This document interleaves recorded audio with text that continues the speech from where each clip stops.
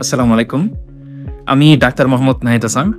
আমি আজকে আপনাদের সাথে চিকুনগুনিয়া, তার উপসর্গ, চিকুনগুনিয়া হলে করণীয়, বর্জনীয় এবং বাসায় কিভাবে প্রাথমিক চিকিৎসা নেওয়া সম্ভব সে ব্যাপারে আপনাদের সাথে সংক্ষিপ্ত আলোচনা করব। বেশ কয়েকদিন ধরে বাংলাদেশে, চট্টগ্রাম সহ সারা দেশে ডেঙ্গুর পাশাপাশি চিকুনগুনিয়া মহামারী আকার ধারণ করেছিল। বিশেষ করে বর্ষাকাল হওয়ায় মশার উপদ্রব বেড়ে যাওয়াতে আমরা ডেঙ্গুর পাশাপাশি প্রচুর পরিমাণে চিকুনগুনিয়া রোগী পাচ্ছি। দেখা যাচ্ছে প্রতি 10 জন রোগীর মধ্যে 7 জনই চিকুনগুনিয়া আক্রান্ত। চিকুনগুনিয়া হলে আমরা যেসব উপসর্গগুলো দেখতে পাই তার মধ্যে অন্যতম হলো প্রচন্ড মাত্রায় জ্বর, 102, 103 এমনকি 104 ডিগ্রি ফারেনহাইট পর্যন্ত জ্বর হতে পারে। সেই সাথে রোগী বলবে আমার প্রায় প্রচন্ড পরিমাণে ব্যথা, গিরায় গিরায় প্রচন্ড পরিমাণে ব্যথা, এত ব্যথা আমি কখনো সহ্য করিনি বা এত ব্যথা আমি কখনোই এক্সপিরিয়েন্স করিনি। সেই সাথে জয়েন্টে ফুলে যেতে পারে, অস্বাভাবিকভাবে জয়েন্ট ফুলে যেতে পারে। আমরা যে জয়েন্টে সবচেয়ে বেশি ফুলা পাই সেটা হলো পায়ের গোড়ালি। পায়ের গোড়ালিতে ফুলে গিয়ে অস্বাভাবিক ব্যথা হয়, এত ব্যথা যে পেশেন্ট হাঁটতে পারে না, স্বাভাবিক কাজকর্ম করতে পারে না। এর পাশাপাশি রোগী ক্ষুধামন্দা ভাব, খাদ্যের অরুচি এবং বমি বমি ভাব নিয়ে আসতে পারে। রোগী বলে আমি কোনো কিছু খেতে পারি না, গলা শুকিয়ে যায়, কোনো কিছু খেতে ইচ্ছে করে না এবং সারাদিন প্রচুর ক্লান্তি লাগে, শরীরে কোনো বল পাই না। আমরা যদি ডেঙ্গুর কথা চিন্তা করি, ডেঙ্গুতেও কিন্তু একই রকমই সিমটম দেখা দেয়, শুধু পার্থক্য হলো ডেঙ্গুতে এত পরিমাণে ব্যথা হয় না, এখানে জয়েন্ট ফুলে গিয়ে প্রচুর পরিমাণে ব্যথা হতে পারে। তা আমরা যে বিষয়টি খেয়াল রাখবো, প্রথমে আমাকে আলাদা করতে হবে আমার কি ডেঙ্গু হলো নাকি চিকুনগুনিয়া হলো। কেন বিষয়টি আলাদা করতে হবে? কারণ ডেঙ্গু হলে কোনোভাবেই ব্যথার ওষুধ খাওয়া যাবে না। যেহেতু ডেঙ্গুতে ব্যথার ওষুধ নিষিদ্ধ, সেক্ষেত্রে চিকুনগুনিয়া বা ডেঙ্গু আলাদা করার আগ পর্যন্ত জ্বর এবং ব্যথা কমানোর জন্য শুধুমাত্র প্যারাসিটামল ট্যাবলেট সেফ। আমরা শুধুমাত্র প্যারাসিটামল ট্যাবলেট গ্রহণ করতে পারি।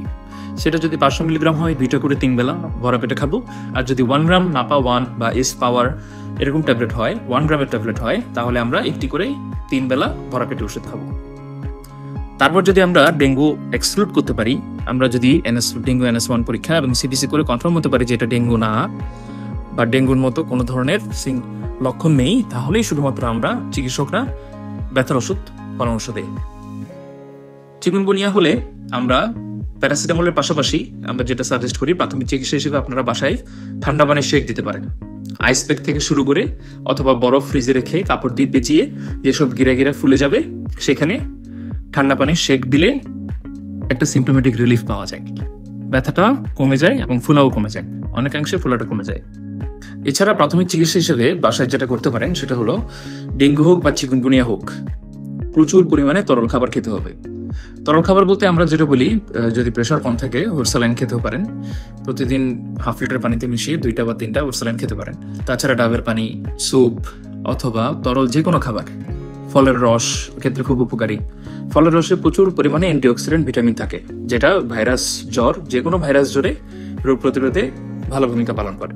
আরেকটা বিষয় নিয়ে যদি আলোচনা করি সেটা হচ্ছে আমরা কখন হাসপাতালে ভর্তি হব, কখন চিকুনগুনিয়া রোগীকে হাসপাতালে ভর্তি করতে হবে। যদি গিরায় গিরায় ফুলা এত বেশি পরিমাণে হয় এবং ব্যথা এত বেশি পরিমাণে হয় যে রোগী স্বাভাবিক কার্যক্রম করতে অক্ষম হয়ে যায় বা হাঁটতে অসুবিধা হয়, হাঁটতে কষ্ট হয়, ঠিক তখনই রোগীকে হাসপাতালে ভর্তি করে চিকিৎসা নেওয়া প্রয়োজন। তাছাড়া ডেঙ্গু রোগে কিছু ডেঞ্জার সাইন রয়েছে যেগুলো হলে দ্রুত চিকিৎসকের শরণাপন্ন হয়ে হাসপাতালে ভর্তি হওয়া উচিত।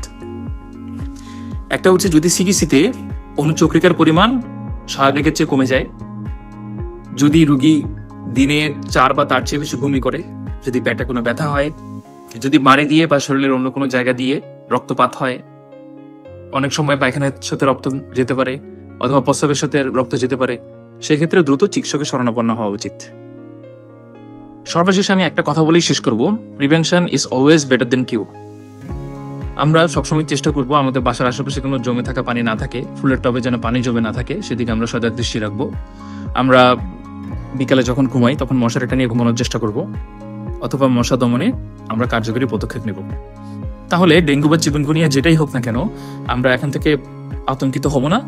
আমরা বাসায় যথাসম্ভব প্রাথমিক চিকিৎসা গ্রহণ করব এবং সিবিসি ডেঙ্গু NS1 পরীক্ষা করে দ্রুত চিকিৎসকের শরণাপন্ন হব। সবার সুস্বাস্থ্য কামনা করে আমি শেষ করছি। সবাইকে আবারও শুভকামনা। আসসালামু আলাইকুম রহমতুল্লাহি ওয়া বারাকাতুহু।